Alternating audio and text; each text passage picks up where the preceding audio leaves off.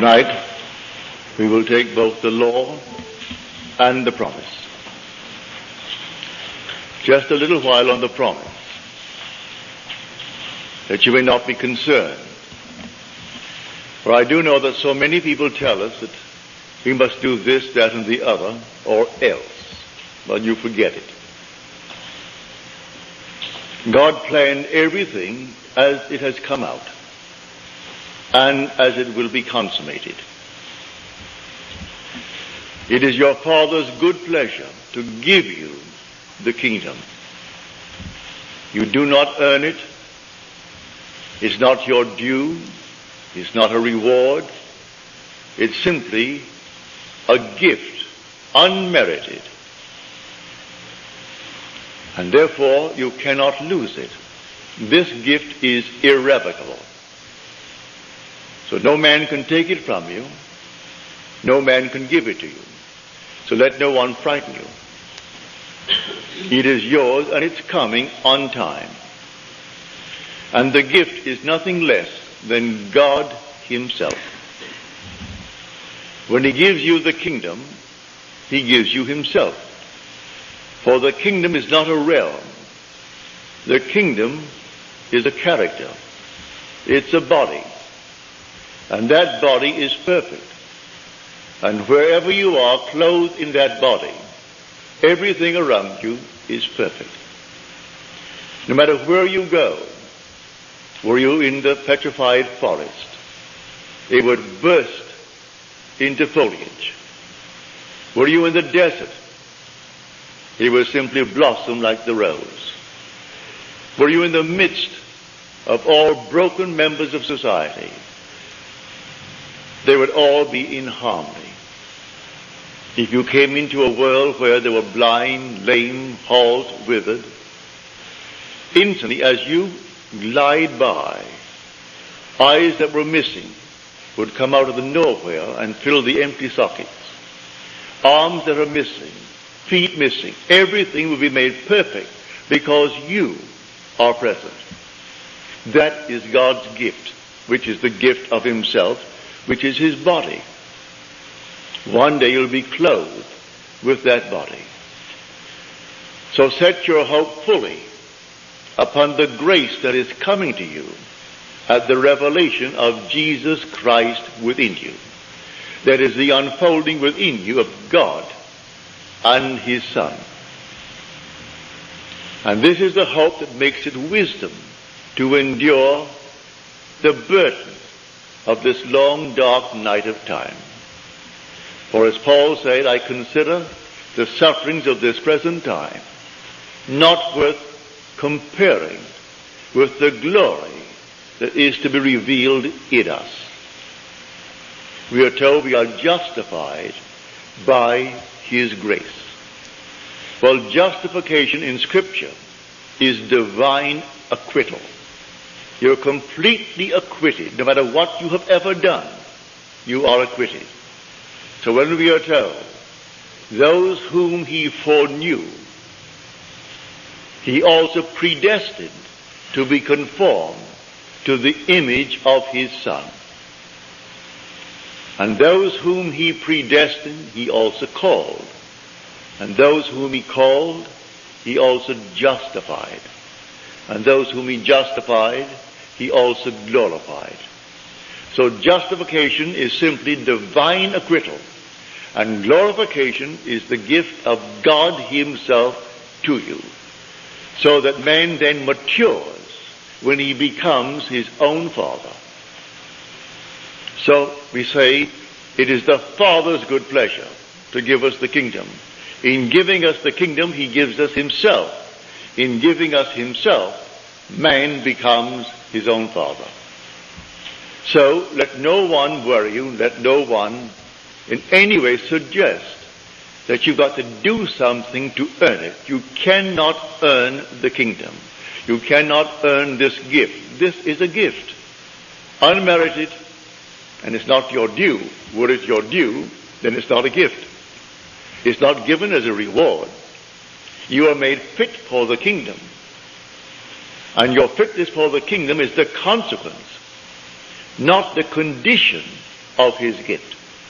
The minute he gives you himself, you are fitted for the kingdom, and you wear the body of God. And everything in your presence, while you wear it, is made perfect.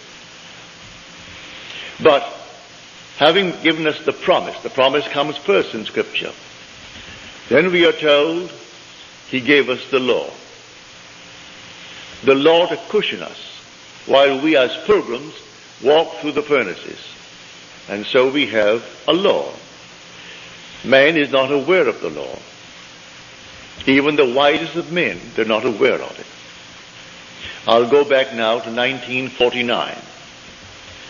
I was in Milwaukee. I gave a series of lectures on the Bible. And this couple, he was a physicist, the head physicist of Alice Chalmers. They're a huge, big manufacturing firm making these turbines, sometimes bigger than this interior. And he was the head of the chemical department, where they would send waters from all over the world who bought the turbine. And he would analyze the water to discover the problem that they faced. Because the water, as it came through the stream, gathered the chemicals. And then the chemicals deposited itself within the turbine. And so they would send him samples of the water. And then he would analyze the water and then send them the solution to their problem. Well, being a trained chemist and the head of the department, he didn't take issue with me, but he said, Neville, I can't quite go along with you. Because as a chemist, it's in conflict with my training. You tell me that you can go forward in time, that you can move backwards in time, that all things are, and everything is now, at this very moment. And yet you're telling me you can make things change, and it's in conflict with my training. We have a law known, said he, and we call it entropy. And entropy means that the past is fixed and unalterable.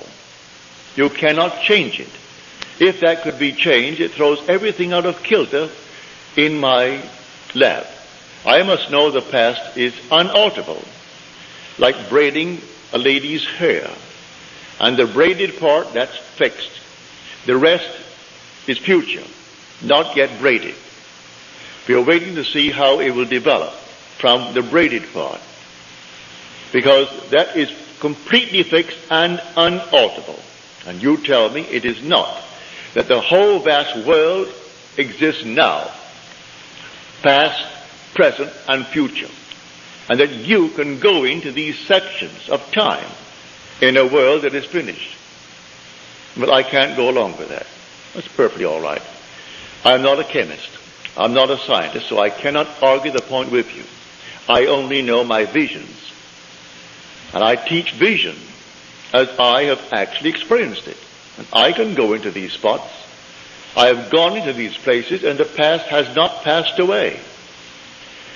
And it's fixed, as you say, but I'm quite sure one could go back and revise that past and change it. And I can go forward into the future that I do know and set it up to walk across a bridge of incident. When I come to that point in time where I have entered, it takes on the color and the tone and the reality that I assumed it to be when I entered that state. Can't be done. But he was a very honest man, as most of these fellows are. They're trained to be honest. How else could they achieve what they do achieve in science unless they're perfectly honest with themselves? Well, in the month of November, I received a letter from him. And he sent me the Science newsletter dated October the 15th. And it was all about the positron. And the one who wrote it was Professor Richard Feynman. He was then professor of physics at Cornell University. 20 years later, only last year, they granted him the Nobel Prize in Physics for that paper. It took them 20 years to recognize what he said as theory back in 1949. And if I can quote it, this is it. The positron is a wrong-way electron. It's wrong way in every sense of the word. It moves backwards in time. It moves from where it hasn't been and speeds to where it was an instant ago. Arriving there, it is bunked so hard, its time sense is reversed and it moves back to where it hasn't been. Now that is not Neville speaking, that is Professor Feynman. For that he got the Nobel Prize last year. He said it's not only backwards in that sense, but even its charge is backwards. It's a positron, it's positive and not negative. And yet it is an electron. When they first observed it, or rather had it as theory, they did not want to admit it, but yet it fitted in with Einstein's theory, mathematically. So they had to in some way accept it, but no one had ever photographed it. Then came someone who photographed it in their studies of the cosmic rays. And here it was the actual positron. It seemed as though two were developed at a certain point. And it wasn't, said he, that one coming back, which was the positron, should, if it is bounced, it should be deflected and continue on its course, but deflected course. On the other hand, if it's bumped so hard, it's not deflected, it's reversed and moves forward in a normal manner to where it hasn't been. Well, I told him that I would sit at home and I would go into a section of time, even this year, for instance. This is now only April. I put myself in Christmas. I would feel the stores are all dressed for Christmas. I could hear the musical Christmas, all the carols. I'd walk through Saks Fifth Avenue in New York City, go into Best, go into the other, and I would feel all that I would feel if it were true that it's Christmas. That is the month of Christmas. And then when I feel that it's all Christmas, then I would feel that things are as I desire them to be back in the month, say, of March or July, which was certainly not Christmassy. So take a hot, hot day in July, and I'm feeling it to be cold, and snow on the ground, and all the dressings for Christmas. And then I would open my eyes and bounce back and shock myself, because it seemed so real to me that when I came back and opened my eyes upon July, and it's hot, I thought, now, are you kidding yourself? No, when I went forward in time, quite normally, waiting out the days, the months, to the month of December, things happened as I actually had assumed that they would. I went forward and predetermined what would happen. Well, when he sent me this, he wrote a sweet, lovely letter saying, Neville, I must confess, I didn't see it. No one saw it until Professor Feynman in his lab discovered this. But he discovered it by theory. And you tell me you know it by vision.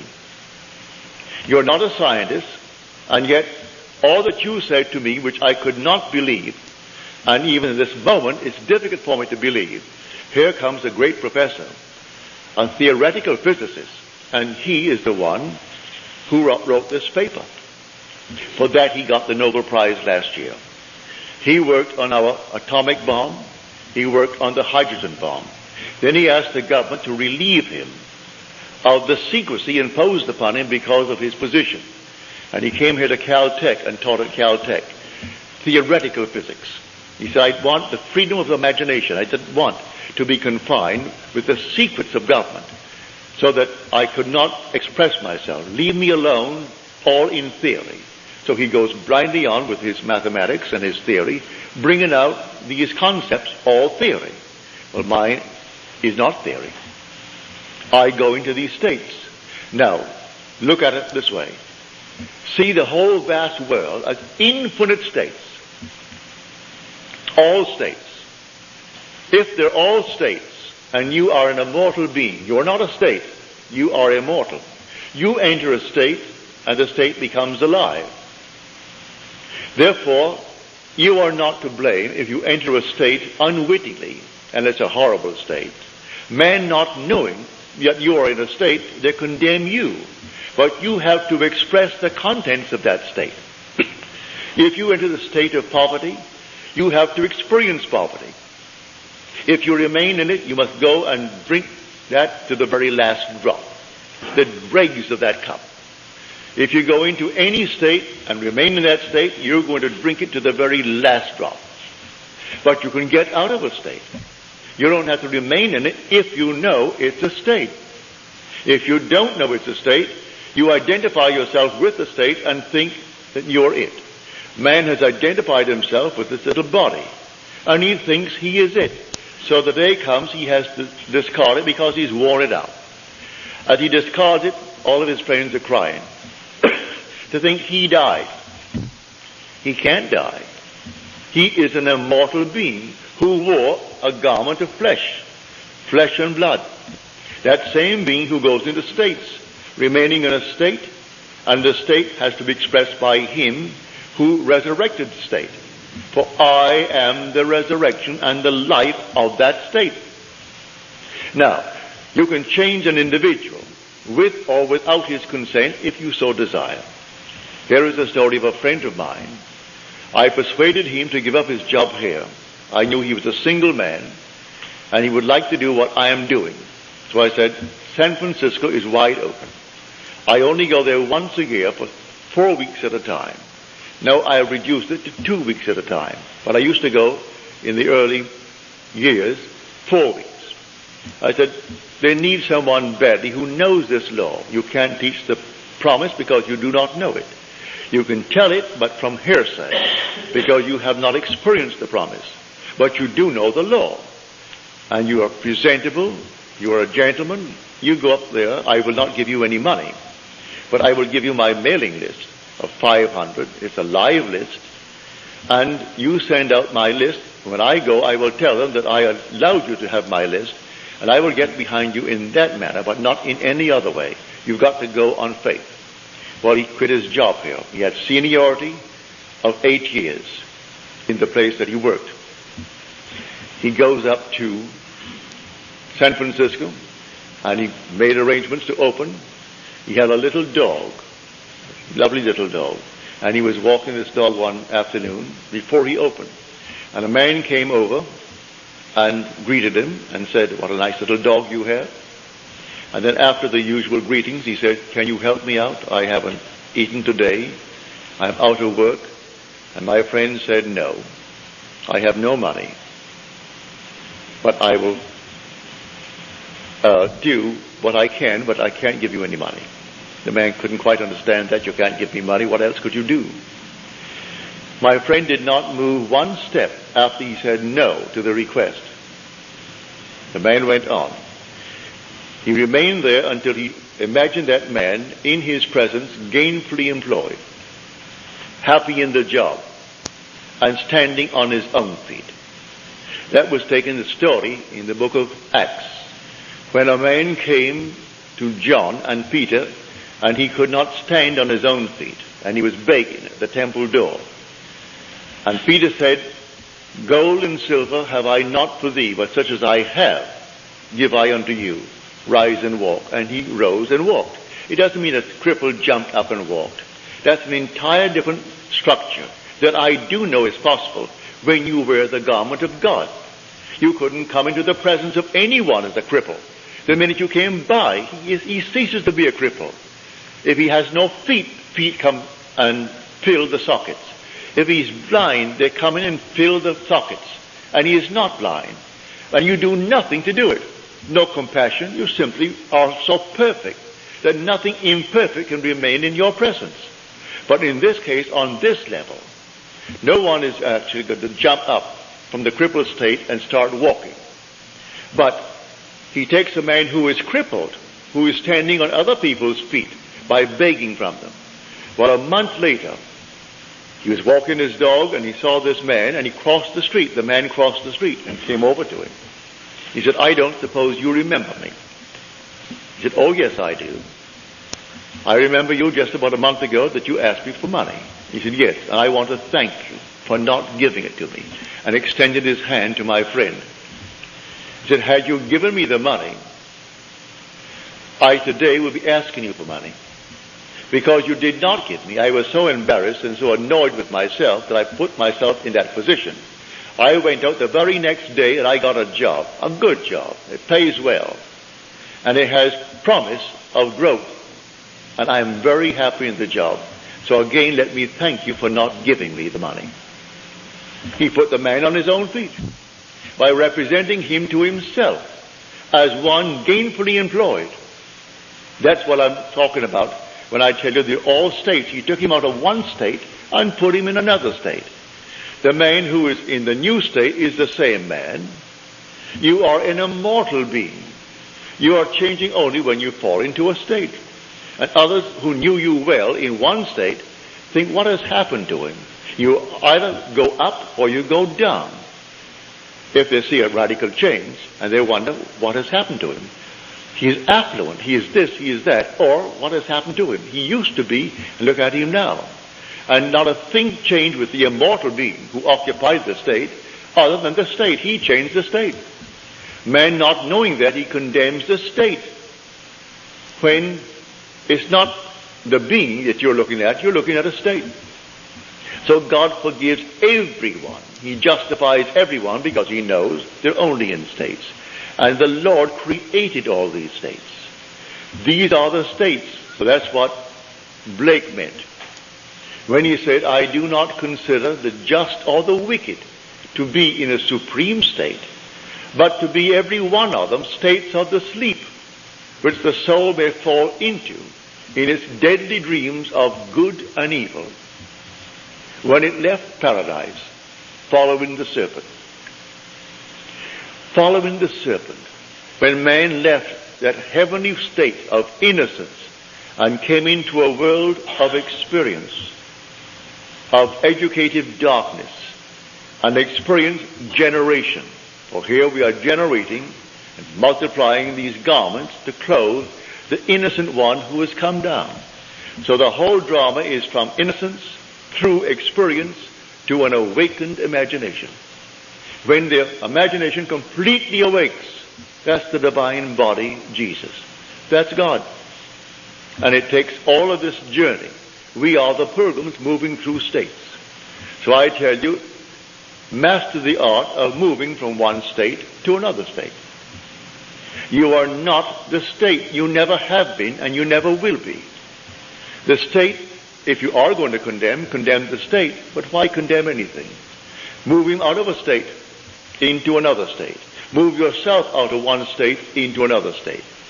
So others say it can't be done. Leave them alone. They say it can't be done. You go about your Father's business, moving from state to state as you desire it. Now it all starts with a hunger. It starts with a real desire on your part. And all these infinite states are simply to satisfy the hungers of men. So you want to be good, as you understand good to be. You want to be wealthy, as you understand it. You want to be famous, as you understand it. All these are states. Go into the state before you are qualified. Go into the state and stay there. The state has all the things necessary to externalize itself. But you are the occupant power. You have to go into the state and dwell there. Now, as I go into it, let me remain in it.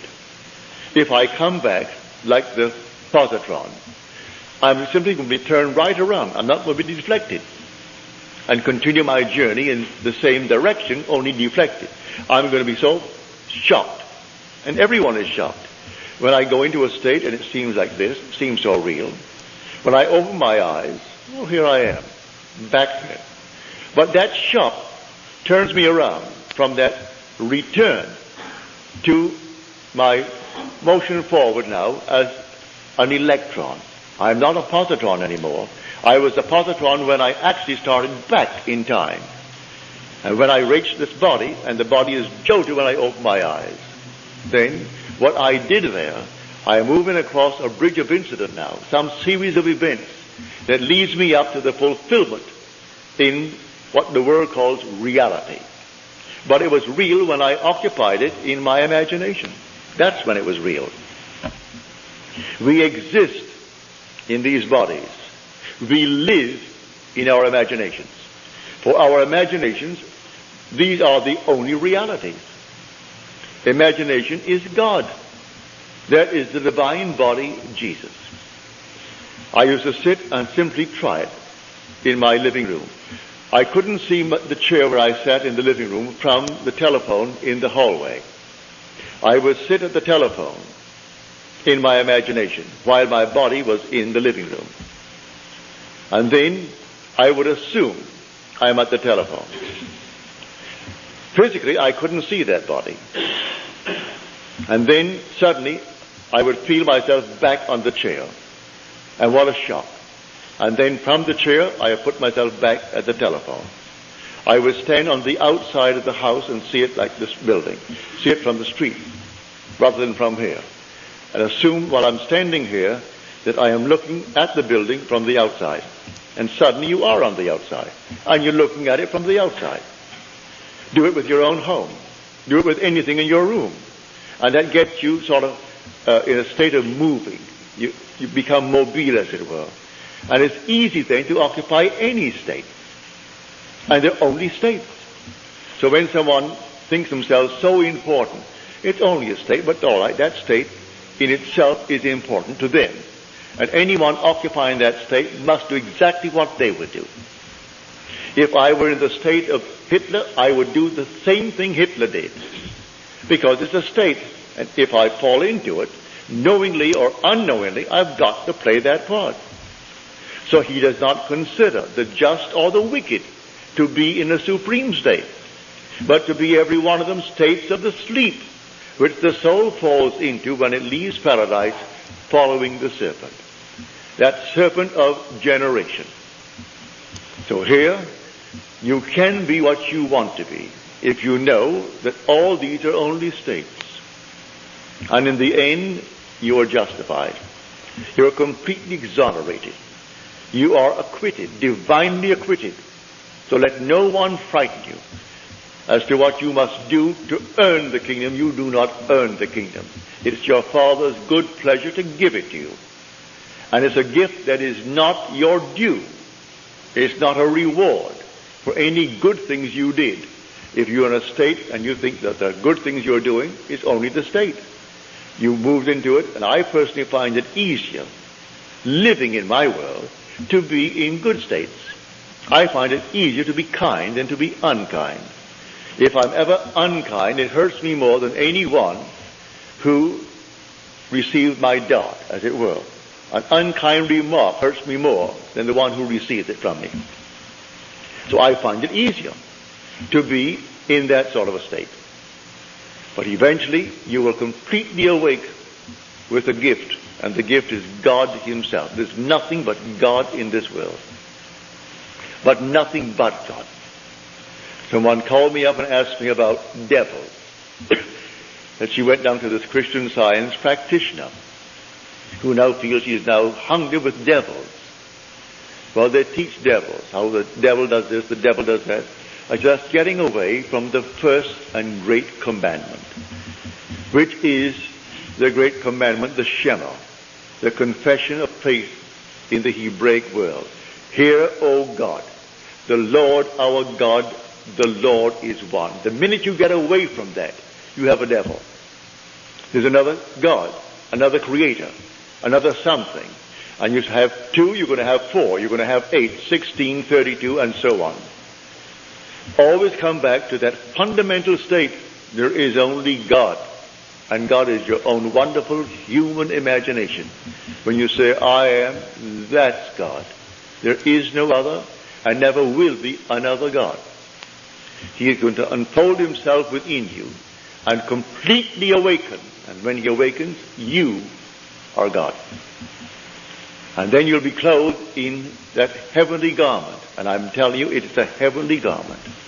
I can't describe it other than to tell you, when you're in it, you're not standing on the earth. You're lifted off, as it were.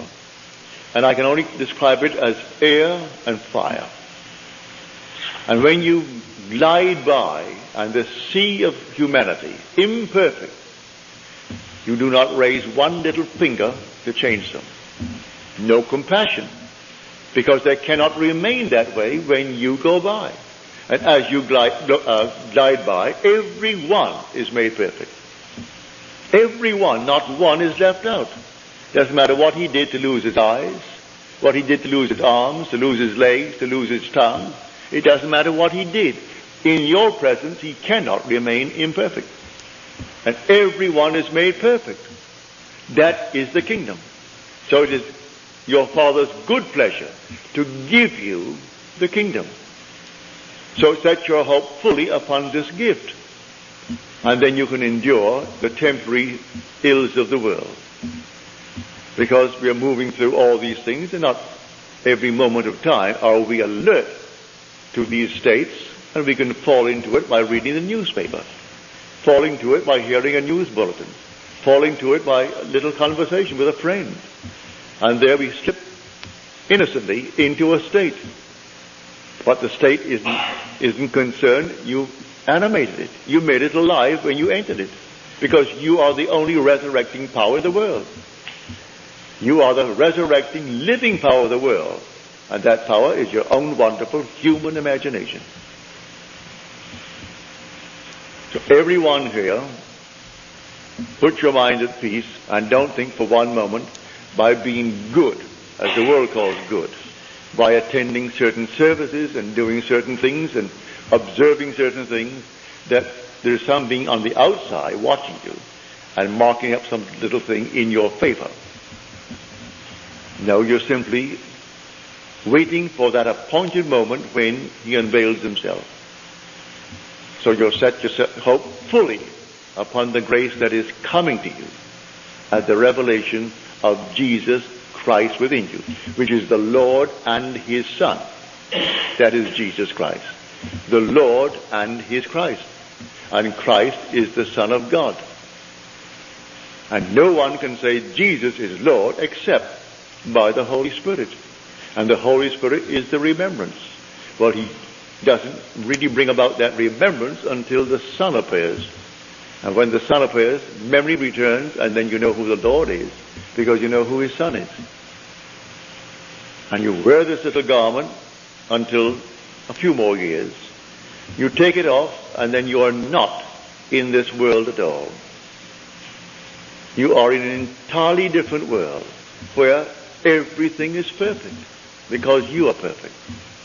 And when you want to make yourself seen by another, you make that choice. They do not come in search of you and see you.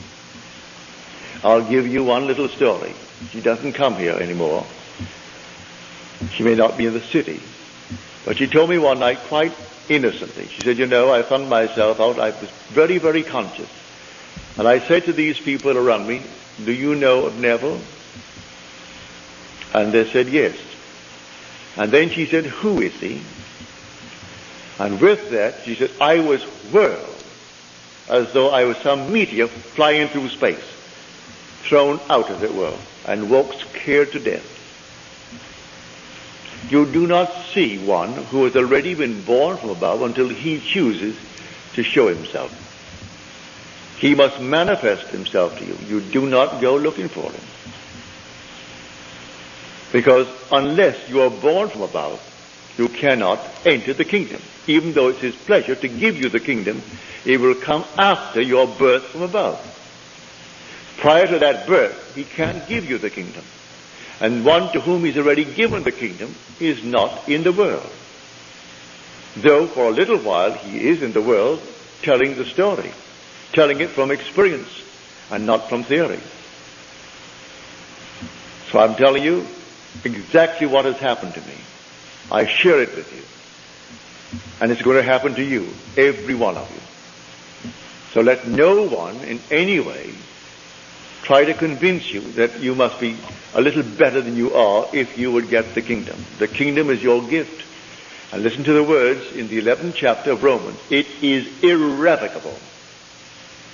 The gift and the call of God are irrevocable. You cannot revoke it, and no one can revoke it. And your inheritance is not only God. You're told in the 4th chapter of Romans, you inherit the world. The world is yours, and all within it. You don't inherit some little portion of the world. You inherit God, and God owns the world, and the world is your inheritance. So in the 16th Psalm, David is made to say, The portion of my inheritance is the Lord. That's his portion. He inherits the Lord. The Son inherits the Father. And so a man matures when he becomes his own father. This is the great mystery of Scripture. And you will inherit the Father, for it is his will, and no one can break his will. It's your Father's good pleasure to give you. So when you hear people bragging how this one is better than the other one, forget it. They're judging states. So that man is richer because he's a state that is richer than the other state that is poor. But the occupant of the rich state does not differ from the occupant of the poor state. And the occupant of the state tonight that is in jail does not differ from the judge who sentenced them. One is not better than the other in the eyes of God. In the eyes of God, all are acquitted. That's justification. We are justified by his grace, we are told. All are justified by his grace. And grace is an unearned, unmerited gift of God. And that grace is God's last, his final gift, which is love in action. And God is love. It's his gift of himself. And that's when he gives you himself. There's not a thing else to give. He gave you himself. And the whole vast world is yours. So we inherit the earth. Now tonight, I hope you'll start practicing. Won't take you any time at all to try it. It costs you nothing. And it works wonders. You can sit here tonight or you go home. Put yourself in a state of affluence. What's wrong with that? I know, well, back in the 1920s, 1930s, we had a deep depression beginning in 29.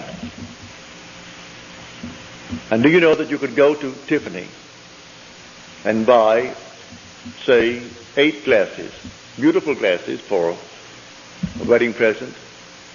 Cost you what? Not more than 75 cents. A beautiful glass. And in a Tiffany box. The whole thing was a Tiffany box, beautifully done. You'd go to Macy's or Gimbel's, and you'd buy something not comparable for $1, $1.25. But the majority would not be seen dead in Tiffany. That was style. That was something beyond them. They wouldn't even walk in. They felt embarrassed to walk in.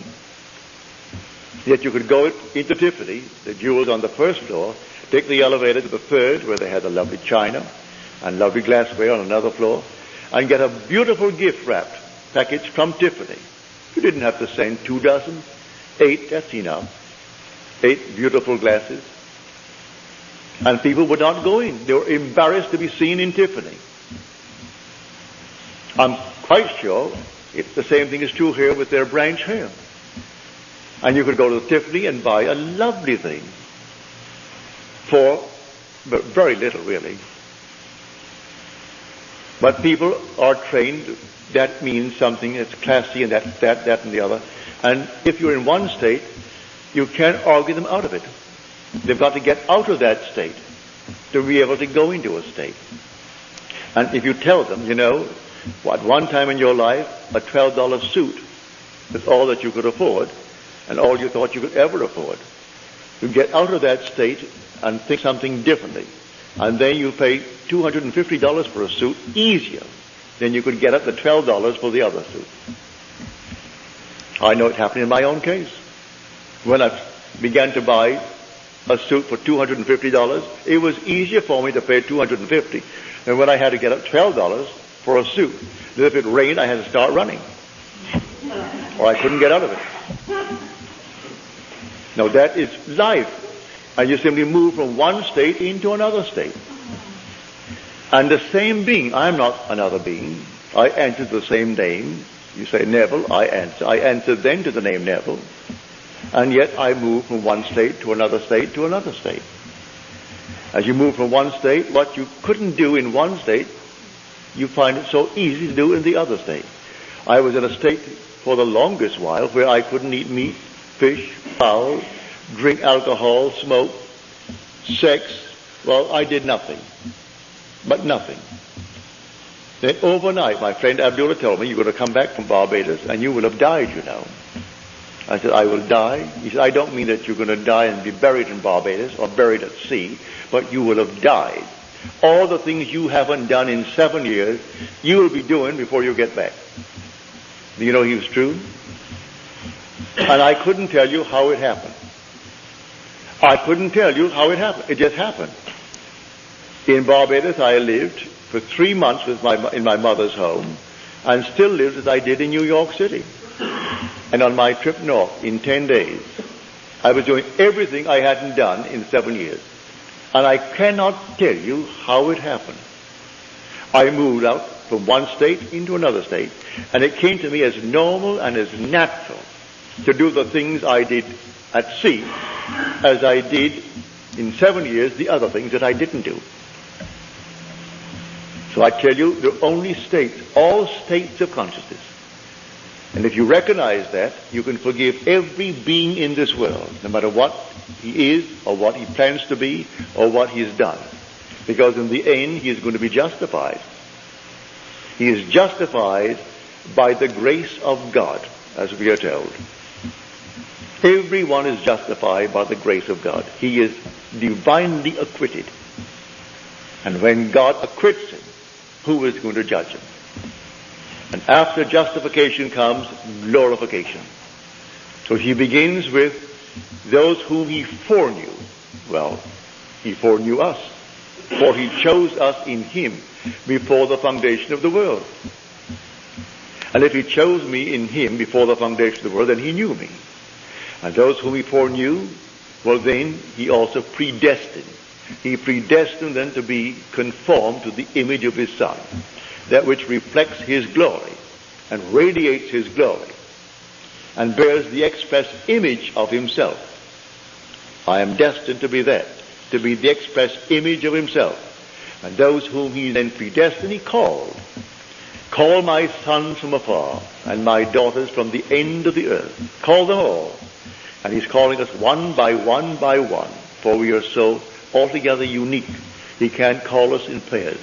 Call us one by one. And those whom he called, he also justified. And those whom he justified, he also glorified.